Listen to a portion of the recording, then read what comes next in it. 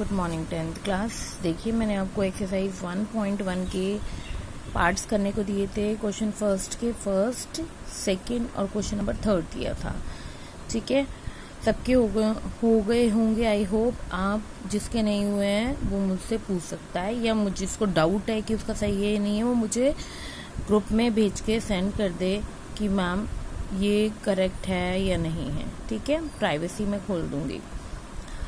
अभी क्वेश्चन 4 भी मैंने आपको क्वेश्चन 3 भी सेकंड भी समझा दिया था, 3 भी समझा दिया था। अब क्वेश्चन 4 और 5 है जो मैं आपको समझा रही हूँ। वैसे तो ये नहीं आते हैं बोर्ड में, लेकिन फिर भी मैं ये दोनों क्वेश्चंस आपको करा देती हूँ, उसके बाद 1.2 कराऊंगी। देखिए क्वेश्चन नंबर 4 क्या है, use Euclid's division lemma to show that the square of any positive integer. अभी यहाँ बात हो रही है पॉजिटिव इंटीजर के स्क्वायर की। Is either of the form of 3m और 3m+1, या तो वो 3m की फॉर्म में होगा या वो 3m+1 की फॉर्म में होगा। ठीक है, वो सेम इसी तरीके से ये ना क्वेश्चंस आपको थोड़े से मतलब लर्निंग टाइप वाले क्वेश्चन हो जाते हैं। मतलब अगर डिजिट वगैरह आ रही है, डिजिट ऐसे नहीं आएगी 3m की जगह 4m आ जाएगा, ये चीज आएगी।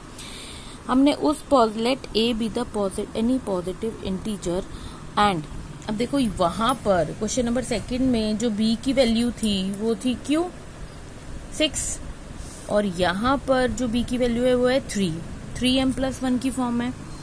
ठीक है, तो then a equal to 3q+r, bq+r होता है ना, और r जो है वो कहाँ होगा, q जो है वो हमेशा ग्रेटर देन 0 होगा, और जो r होगा वो होगा 0 1 2 3, क्योंकि मैक्सिमम 3 है नंबर्स। मतलब वही प्रोसेस चलेगा जो क्वेश्चन 2 में चला। नेक्स्ट स्टेप में a इक्वल टू, एक बार पहला हम रखेंगे r को 0, 3q+0 that is 3q।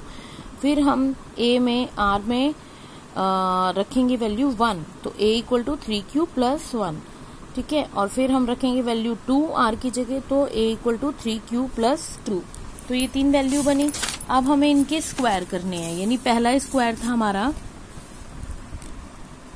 a equal to 3q आया था, मैंने दोनों साइड का स्क्वायर किया, यानी a स्क्वायर, और इधर हो जाएगा 3q स्क्वायर। और दूसरी टर्म थी 3q+1 का स्क्वायर, और तीसरी टर्म थी 3q+2 का स्क्वायर। सबके स्क्वायर कर दिए। पहला वाला पार्ट लेते हैं, a इक्वल टू 9, ये क्या बन जाएगा 9q स्क्वायर। 9q स्क्वायर में से हमने 3 कॉमन ले लिया, तो क्या बचा 3q स्क्वायर। इस 3q स्क्वायर को हमने m मान लिया, दैट इज इक्वेशन 1। ये बचा 3, और इस पूरी टर्म को हमने माना m, और लिख दिया नीचे where m equal to 3q square. ये फर्स्ट सॉल्व हो गया। सेकंड था a इक्वल टू 3q+1 का स्क्वायर। ठीक है, यहाँ पर स्क्वायर नहीं लिखना आपने।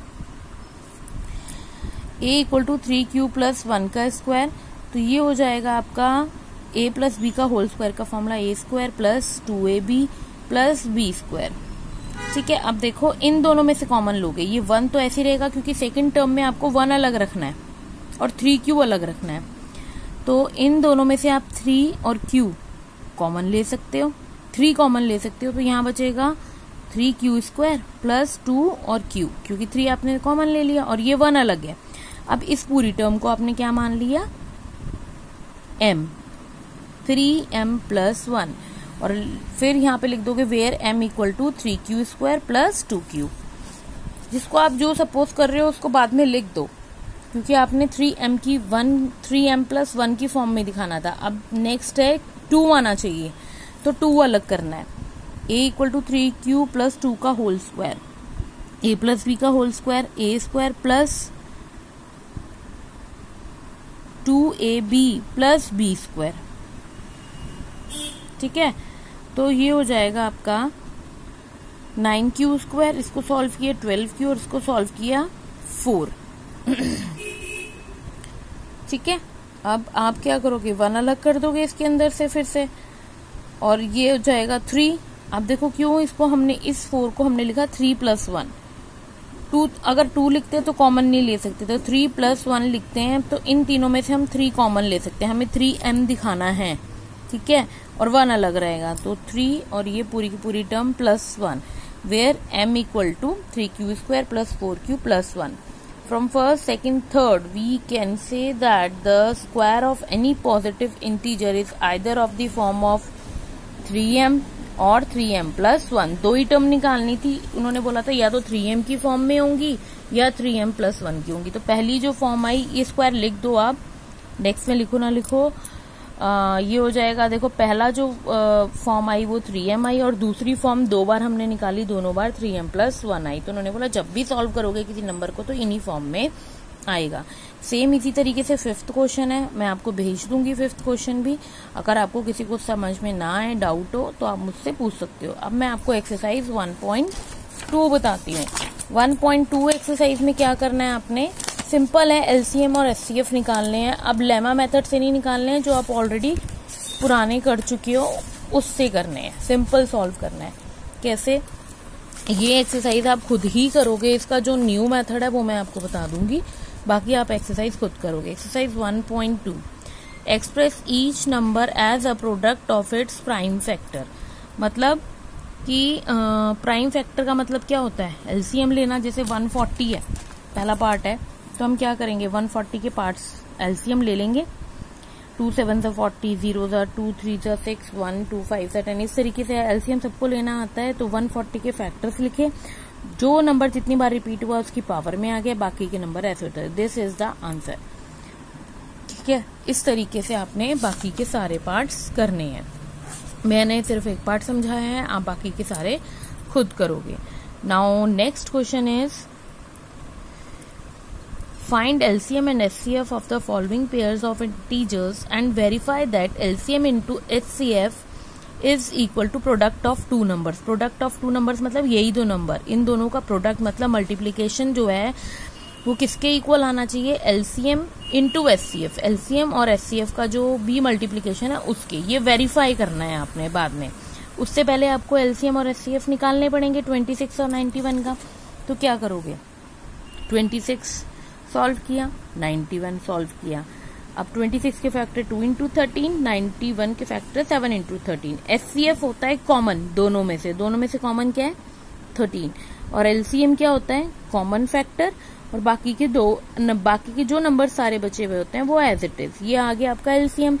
अब वेरिफिकेशन के लिए क्या करना है आपने, LCM into HCF is equal to product of two number. ये वर्ड बोले उन्होंने, LCM की जगह LCM रखोगे, HCF की जगह HCF, और प्रोडक्ट ऑफ टू नंबर जो आपको दिए गए थे, इन दोनों को मल्टीप्लाई करोगे, जो आएगा वही इन दोनों को मल्टीप्लाई करके आना चाहिए। तो ये वेरीफाई हो जाएगा, और हर पार्ट वेरीफाई होगा, मतलब ये दो भी होंगे। अगर आपके ये दोनों इक्वल नहीं आए LCM और HCF, इसका मतलब आप कहीं LCM और HCF गलत निकाल रहे हो। जो प्रोडक्ट ऑफ टू नंबर्स आएगा वही LCM और HCF आना चाहिए, बाकी के पार्ट आप खुद करोगे। Now next question, question number 3, find LCM and HCF same integers by applying prime factorization. कोई वेरिफिकेशन नहीं करनी है। प्राइम फैक्टराइजेशन आपको पता है सिंपल प्राइम फैक्टर से करने हैं। 12 का निकाला, 15 का निकाला, 21 का निकाला, ठीक है। अब इन सब में कोई कॉमन फैक्टर नहीं है, आपको HCF निकालना, और HCF होता है कॉमन फैक्टर। तो सब में 1 1 1 तो है, हम लास्ट में 1 नहीं लिखते हैं, लेकिन लास्ट में 1 बचता है सबके। तो कॉमन फैक्टर कौन सा होगा, 1 और 3। तो 3 into 1 that is 3 is the HCF। LCM के लिए 3 तो एज इट इज आ जाएगा, बाकी बचे हुए 2 5 और 7 420, ये आ गया आपका LCM। बस यही निकालना है। This is the question 3rd। Now question number 4th, given that HCF of two numbers equal to 9, find LCM of these two numbers. देखो अभी भी मैंने आपको बताया HCF दिया है, दो नंबर दिए हैं, LCM दिया है, निकालना है। मैंने अभी भी आपको बताया LCM into HCF is equal to product of two numbers, हमेशा याद रखना। अब LCM आपको निकालना है, ऐसे ही लिखोगे। HCF आपको कितना दिया है 9, equal to product of two number. दो नंबर दिए कौन से हैं, यही दोनों, एक 306 एक 657। अब ये 9 यहाँ मल्टीप्लाई हो रहा है, दूसरी साइड जाके क्या हो जाएगा डिवाइड। तो LCM की वैल्यू कितनी आ गई 306, 9 की कटिंग हो गई, 73 आया, दोनों को मल्टीप्लाई किया 2338। हमेशा याद रखना LCM into HCF is equal to product of two numbers, ठीक है। अब आपने ये 5th क्वेश्चन नहीं करना है।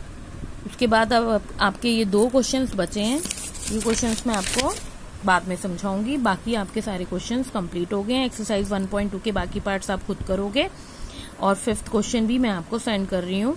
4th मैंने आपको समझा दिया है 1.1 का। इसी के साथ आपकी 1.2 भी कंप्लीट हो जाएगी।